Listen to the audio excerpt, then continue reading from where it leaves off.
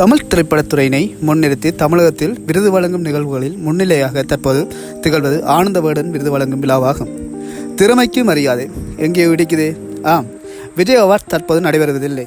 காரணம், டிஆர்பி அடிப்படையாக கொண்டதாக அவ்விருது வழங்கும் நிகழ்வு அமையப்பட்டதனால் இயக்குனர் ராம் போன்றோரின் விமர்சனங்களினால் இடைநிறுத்தப்பட்டுள்ளது. 2023 ஆண்டு வெளிவந்த திரைப்படங்களில் திறமைக்கு முக்கியத்துவப்படுத்தி விருது பெறுவர்களின் பெயர் பட்டியலை ஆனந்த விகடன் அறிவித்துள்ளது. அவற்றிலிருந்து சிலவற்றை எடுத்து பார்ப்போமானால், சிறந்த பாடலாசிரியர் யுகபாரதி.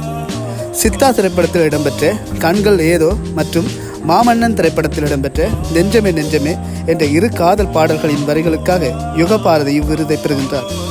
இரு பாடல்களிலும் ஆழமான காதலையும் கதைக்கு தேவையான வரிகளையும் பிரதிபலித்ததினால் அனைவராலும் பாடல் கொண்டாடப்பட்டிருந்தது.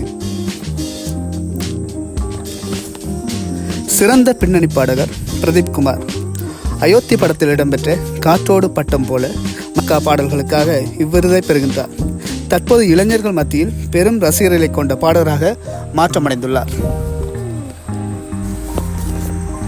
சிறந்த பின்னணி பாடகிக்காக சக்தி ஸ்ரீ கோபாலன் அவர்கள் 2023 ஆண்டுக்கான ஆனந்த விகடன் விருதை பெறுகின்றார்.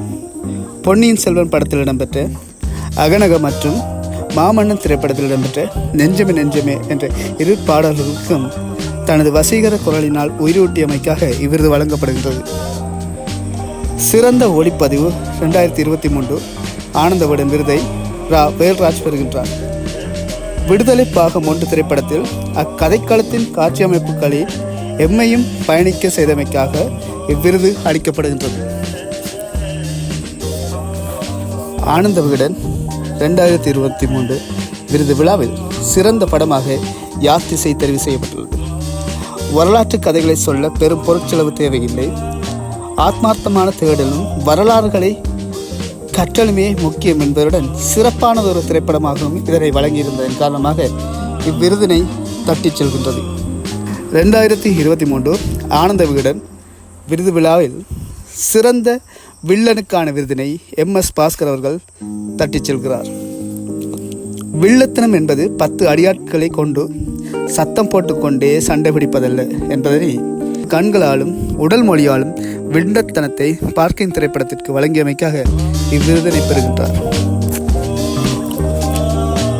2023 ஆனந்த விகடன் விருது விழாவில் சிறந்த தயாரிப்புக்காக அயோத்தி திரைப்படம் விருதினை பெறுகின்றது. மானிடம் என்பதையும் சமூக விழிப்புணர்வையும் மதம் தாண்டிய அன்பையும் வெளிப்படுத்திய படைப்பை விருதால் கௌரவப்படுத்துகின்றது ஆனந்த விகடன். சிறந்த பொழுதுபோக்கு திரைப்படத்துக்காக 2023 ஆண்டின் ஆனந்த விகடன் விருது விழாவில் சிறந்த பொழுதுபோக்கு திரைப்படமாக ஜெயிலர் தேர்வு செய்யப்பட்டுள்ளது. காவால பாடல் தொடங்கி ஜனரஞ்சகமான ஓர் திரைப்படத்திற்கான அத்தனை அம்சங்களையும் இயல்பாக வழங்கியிருந்தார் நெல்சன். அதற்காக ஜெயிலர் 2023 ஆண்டின் சிறந்த பொழுதுபோக்கு திரைப்படமாக தேர்வு செய்யப்பட்டுள்ளது. 2023 ஆண்டு சிறந்த இசையமைப்பாளர் விருதினை அனிருத் பெறுகின்றார். 2023 ஆண்டு ஜெயிலர் மற்றும் லியோ என்ற இரு ஆல்பங்களும் மிகப்பெரிய ஹிட் ஆகும். இத்திரைப்படங்களின் வெற்றிக்கான பெரிய பாத்திரமாக அமைந்த இசையின் நாயகன் என்பதனால் இவ்விருதை ஆனந்த விகடன் அனிருத்துக்கு வழங்குகின்றது. 2023 ஆண்டு ஆனந்த விகடன் சிறந்த இயக்குனர் விருதினை கார்த்திக் சுப்ராஜுக்கு வழங்கியுள்ளது. ஜிகிர்தண்டா XX திரைப்படத்திற்காக கார்த்திக் சுப்ராஜ் இவ்விருதை பெறுகின்றார்.